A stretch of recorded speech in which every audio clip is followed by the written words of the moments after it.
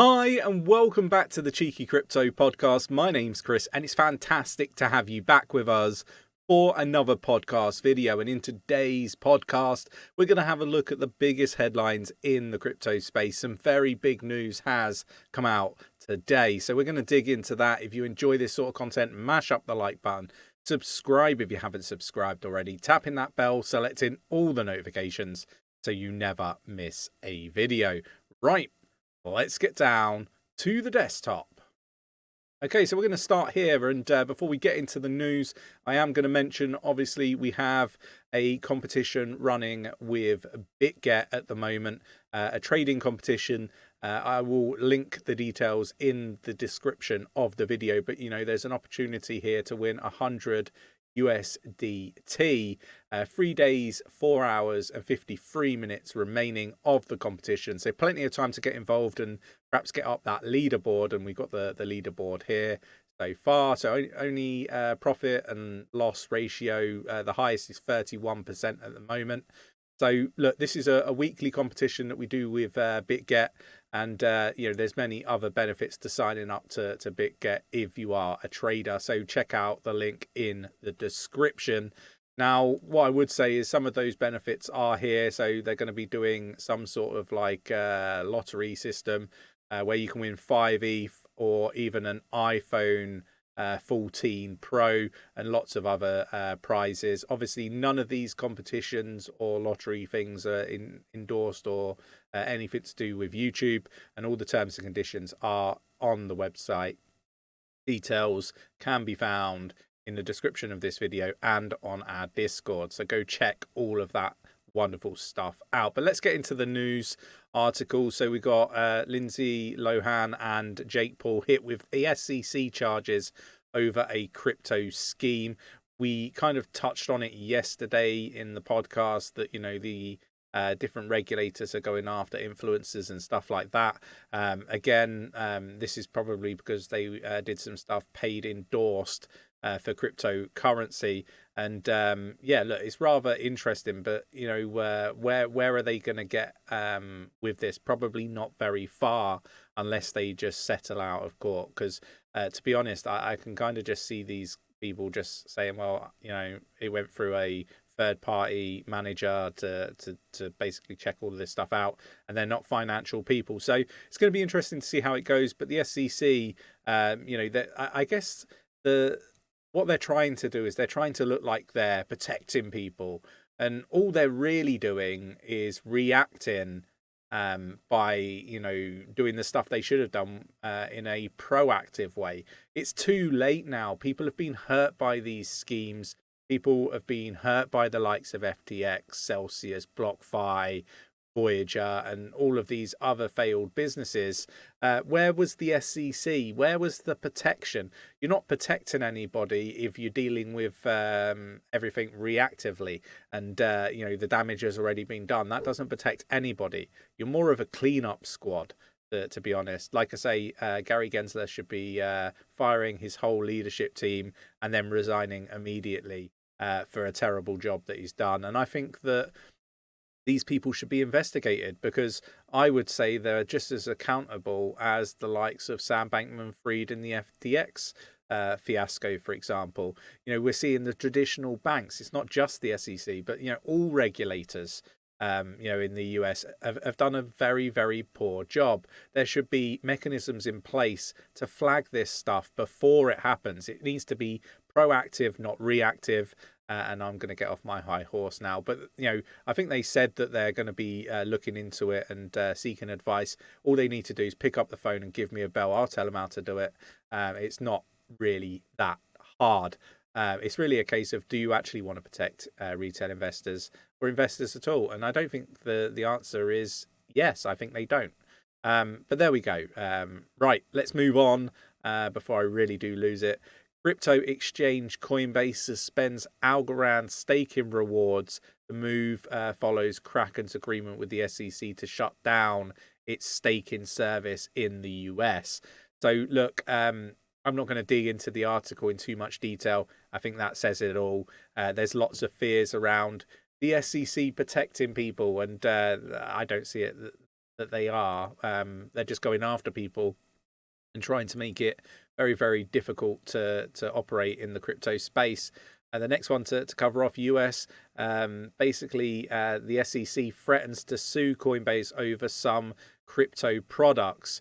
Now, basically, this is, and I won't read through the article, but basically what this is referring to is Coinbase have asked for some clarification and to support about what they can and they can't do and what the rules are. And they've just been, told that they're going to be sued by the SEC in a very short, very summarized kind of way of putting it to you. So look, I just don't think that's how you should operate. If you're going to sue people, like, give people the clarity and the information that is required in order for them to offer the right products. I don't think that it's really that difficult. The SEC seem to be just trying to money grab everywhere that they can at the moment and look like they're being proactive when they're really not. So look, I think that the SEC and the regulators are a pretty silent kind of threat to the crypto space.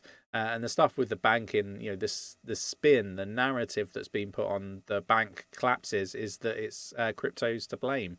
And I don't think that's really the case. This is poor risk management from everybody involved, and poor regulatory oversight, even in the traditional banking sector.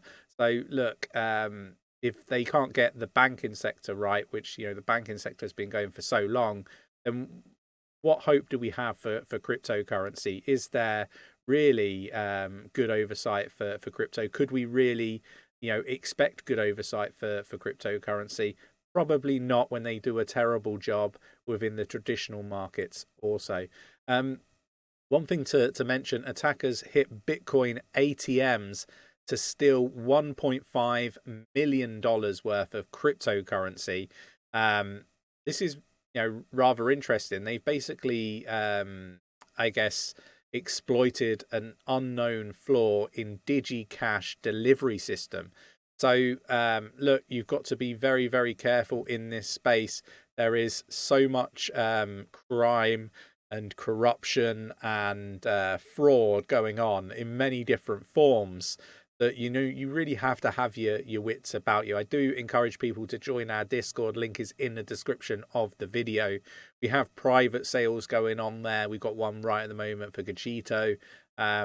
I just think that it's a fantastic community of over 7,000 individuals that are there to support one another, be successful in this space. It's a place where you can go, and if you're unsure about something, you can raise it with either the team or the community, and everybody's there to support one another. So definitely worth checking that out. Make sure you stay safe in this space.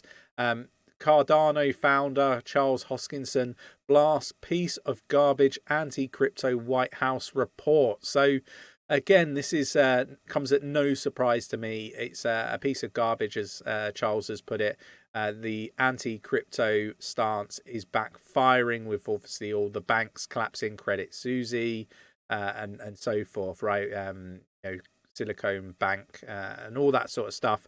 It's been made quite clear that actually crypto is doing okay.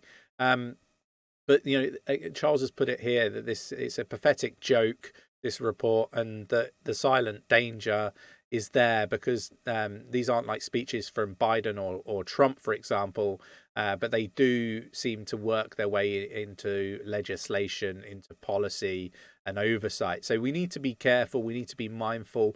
And actually, people should be taking what is being put out in these reports very seriously. And there should be backlash for reports when they are garbage and, they're not right. There should be prominent people, not just in crypto, but within the politics side of things and the government side of things and the regulator side of things that put some of this nonsense right. So look, lots going on. I think the market is in a very unique position that it's never found itself in before. So as I always say, I'm not a financial advisor. Treat everything that any influencer, including ourselves, says with a pinch of salt because they're not financial advisors. It shouldn't be treated as educational. It shouldn't be treated as financial advice. It should be treated as educational purposes only, if I can get my words out. So these things, we don't just say them as a disclaimer. I want people to understand you have to go away and you have to do your own research. You have to, make sure that you do that investigation on the projects yourselves, and you understand the financial landscape. Go find a financial advisor and seek that advice if that is something that you require. Now, with all that said, the space is very, very volatile, particularly with the landscape that we've got at the moment.